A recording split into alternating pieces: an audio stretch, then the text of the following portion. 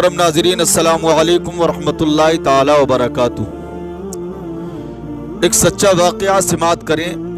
Baghdad शरीफ में एक अल्लाह के मुखलिस बंदे हज़रत अबू आमिर रहमतुल्लाहि ताला अलैह रहा करते थे।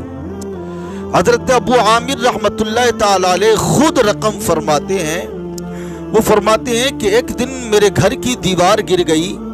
मैं अपने घर की दीवार को दुरुस्त कराने के लिए एक मजदूर की तलाश में चौराहे पर गया। उस चौराहे पर जहां मजदूर जमा होते थे और लोग अपनी अपनी ज़रूरतों के मुताबिक मजदूरों को ले जाया करते थे। फरमाते हैं मैं उसी दिन जो था उस चौराहे पर गया।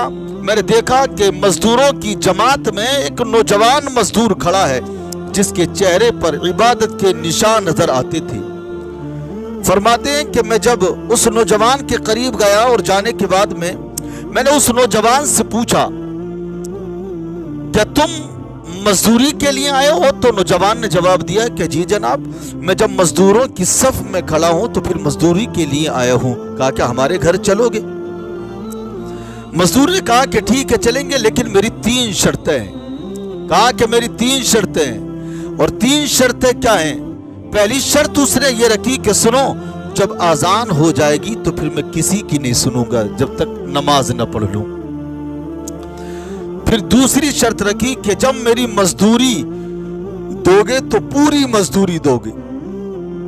और तीसरी शर्त रखी कि आप काम जो है मेरी ताकत के मुताबिक मुझे दोगे, मेरी सेहत के मुताबिक मुझे दोगे।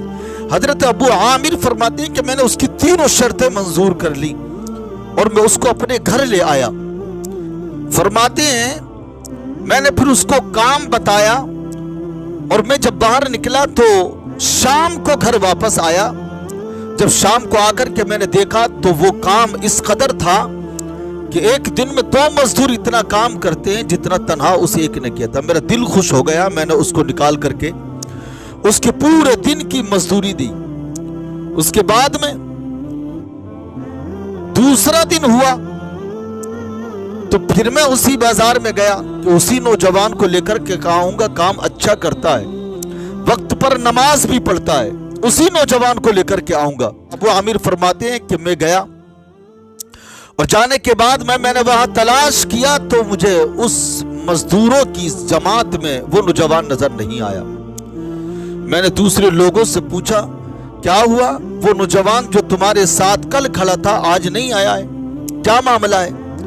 तो मजदूरों ने बताया कि वो हर रोज नहीं आता है, वो हफ्ते में सिर्फ 1 दिन आता है और बाकी दिन वो रब की इबादत करता है। ऐ है सुभान अल्लाह, ऐसे भी अल्लाह के मुखलिस बंदे हैं।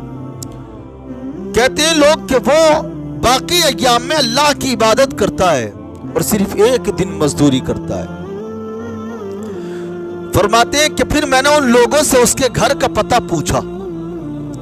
लोगों ने बताया कि वो फला जगह पर रहता है, कब्रिस्तान है, कब्रिस्तान के पीछे एक कच्ची आबादी है, उस कच्ची आबादी में वो रहता है।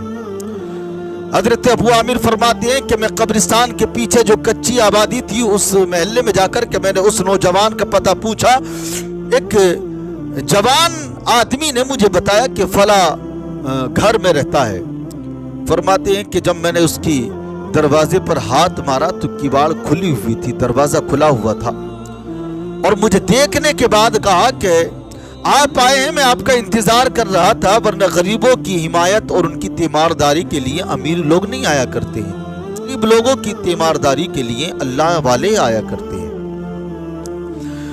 हजरत अबू आमिर फरमाते हैं कि मैंने देखा वो जमीन पर लेटा हुआ है और मैंने उसका हाथ छू करके देखा तो बुखार बला का तेज था। मैंने उससे कहा कि ये बताओ कि तुमने दवा ली है? कहा कि दवा नहीं ली है, अल्लाह तबारक व तआला अगर चाहेगा तो मुझे ऐसे ही सही फरमा देगा।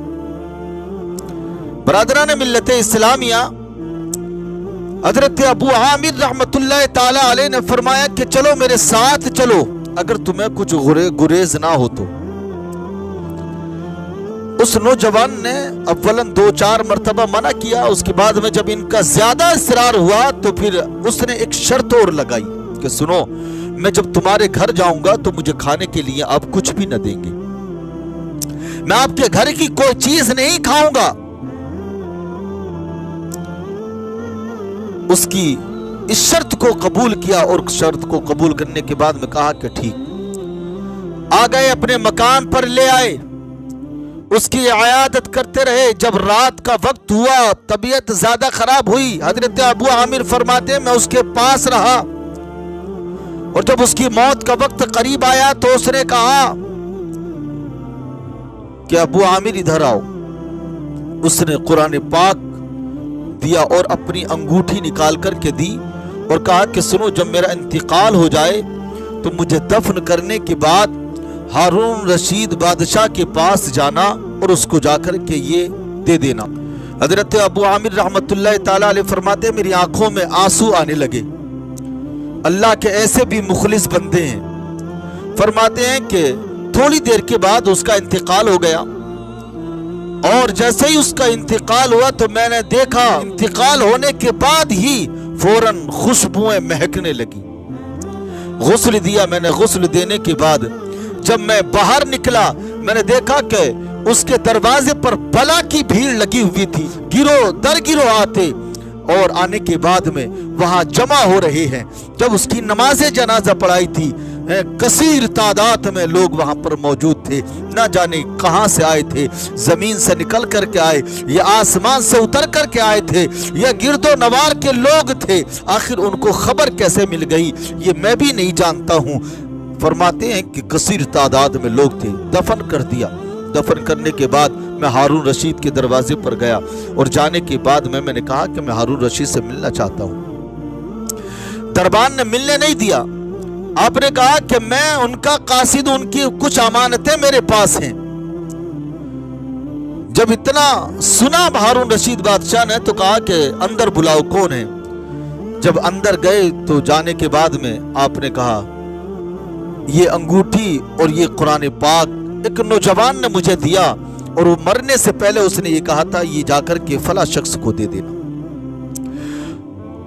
جب یہ انگوٹھی اور قرآن پاک دیکھا تو بادشاہ نے فوراً کہا کہ وہ ہے کہاں جس نے آپ کو یہ امانت دی؟ کہا اس کا تو انتقال ہو گیا۔ کہا مجھے اس کی قبر پر لے کر کے چلو۔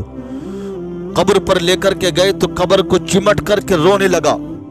حضرت ابو عامر فرماتے ہیں میں حیران رہ گیا، اس نے بھی مجھے بتایا نہیں اور یہ بھی نہیں بتاتا کہ آخر ان کا دونوں کا رشتہ کیا ہے۔